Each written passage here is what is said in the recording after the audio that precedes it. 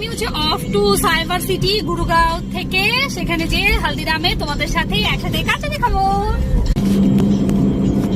আর এই যে হচ্ছে রাস্তা, দেখো আজকের ওয়েদারটা, দেখো ওয়েদারটা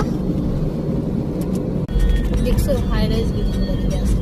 এই যে আমাদের এন্ট্রান্স, আমরা সাইবার হাবে এখন যাচ্ছি।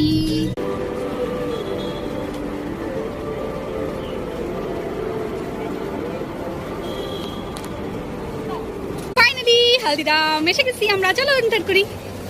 এটা হচ্ছে এদের এন্ট্রান্স, দেখো কি সুন্দর।